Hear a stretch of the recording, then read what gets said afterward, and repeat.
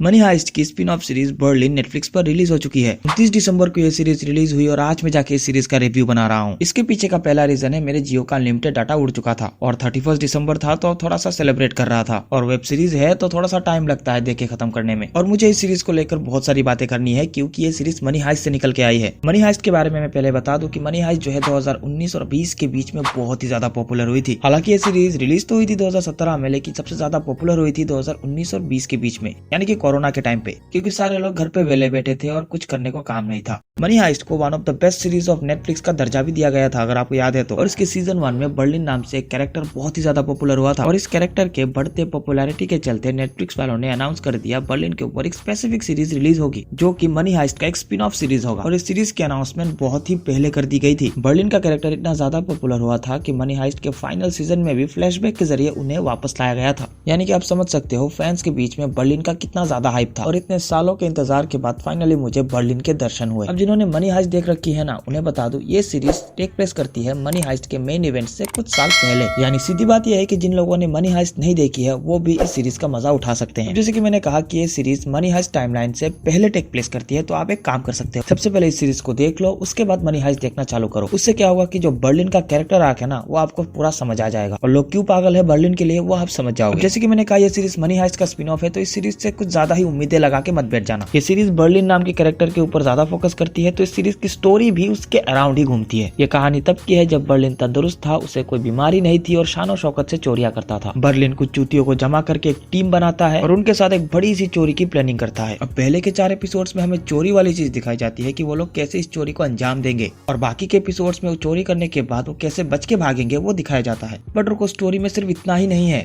और भी बहुत सारी चीजें हैं जो इस सीरीज में हमें देखने को मिली है। ये सीरीज मनी हाइस्ट की तरह चोरी, प्लानिंग्स और एग्जीक्यूशन इन सब पे ही फोकस नहीं करती है। इस सीरीज में हमें और भी बहुत सारी चीजें देखने को मिलती है, जैसे कि ये सीरीज आगे जाके कार रेसिंग में भी उतर जाती है। इसके अलावा कैरेक्टर्स के बैक स्टोरी को भी एक्सप्लोर करने की कोशिश करती है, लेकिन कैरेक्टर से उतना हम कनेक्ट नहीं हो पाए। परफॉर्मेंस की बात करूं तो सिर्फ मुझे बर्लिन का कैरेक्टर सबसे ज्यादा पसंद आया, बाकी सब ने डिसेंट लेवल पे एक्टिंग करी है। खासकर रॉय, ये बंदा जब भी स्क्रीन पे आया है मैं बोर हुआ हूँ। ऑल्दो ये सीरीज बाकी कैरेक्टर्स के बारे में हमें दिखाती तो है, लेकिन हम सबसे ज्यादा फोकस बर्लिन के कैरेक्टर के साथ करते हैं, वो भी एक डिसेंट लेवल पर। उतना भी कोई एक खास रिश्ता हमारा इस सीरीज के साथ नहीं बन पाया। सिनेमैटिक वाइज बात करें तो यह विजुअल यहाँ के बहुत ही ज्यादा सेक्सी थे, और इस सीरीज के जो फीमेल कैरेक्टर्स है ना, वो हर वक्त गंदी चीजों के बारे में सोचते रहते हैं। तो ये पूरा क्लियर इशारा है कि ये सीरीज आप फैमिली के साथ तो बिल्कुल भी नहीं देख सकते। मनी हाइस्ट से इस सीरीज को कंपेयर करूँ ना, तो ये सीरीज मनी हाइस्ट के पैरों के बराबर भी नहीं आता। मनी हाइस्ट देखते टाइम ये पता नहीं चलता कि कब रात से दिन हो गया, कब इसका ये सीजन खत्म होकर मैंने नया सीजन लगा दिया। बट इस सीरीज में चीजें थोड़ी सी स्लो फेस में मूव करती है, यानी कि आप एपिसोड के बीच में थोड़े बहुत बोर हो सकते हो अगर आप सीरीज को देखने के बजाय मोबाइल में कुछ और कर रहे हो तो। सो मेक श्योर एपिसोड में बने रहना, सख्त बनकर। अब मनी हाइस्ट के एपिसोड्स में जो टेंशन हमें देखने को मिलती है ना कि आगे इसके साथ क्या होगा,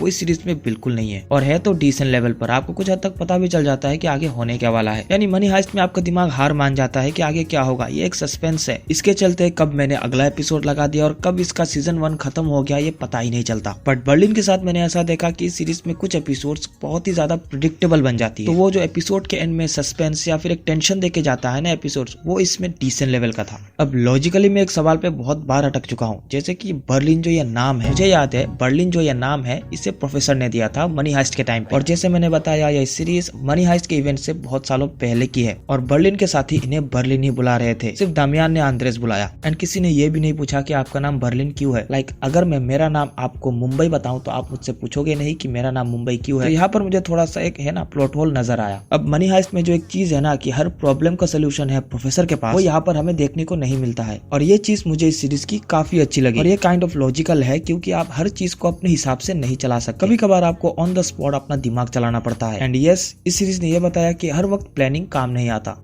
हर चीज की प्लानिंग कुछ हद तक काम आती है और उसके बाद आपको अपना दिमाग चलाना पड़ता है, और इसके चलते ये लोग बहुत बार फंसे हैं। एक समय पे तो इनको पुलिस ने पकड़ भी लिया था। इसके अलावा अगर मैं हिंदी डबिंग की बात करूं तो बर्लिन के डबिंग आर्टिस्ट को चेंज किया है, तो थोड़ा सा टाइम लग सकता है एडजस्ट होने में, पर डबिंग काफी अच्छी है। एट द एंड मैं यही कहूंगा कि ये सीरीज नेटफ्लिक्स की डिसेंट लेवल वाली वेब सीरीज है, जहाँ पर आपको एक्सपेक्टेशंस उतनी हाई नहीं रखनी है। जो न्यू कमर्स है उन्हें तो ये सीरीज काफी पसंद आएगी, लेकिन जिन्होंने मनी हाइस्ट देख रखी है ना, उनके लिए ये सीरीज कुछ भी नहीं है। बाकी मैं सीरीज को रेट करूंगा 7 आउट ऑफ 10, और आपको बताना है कि आपने सीरीज देखी है या नहीं, और अगर आपने देखी है तो कमेंट सेक्शन खुला हुआ है, आपको अच्छा या बुरा कुछ भी सीरीज के बारे में लिख के जाना है। और इसके साथ मैं अपने वीडियो को यहीं पे खत्म करता हूँ।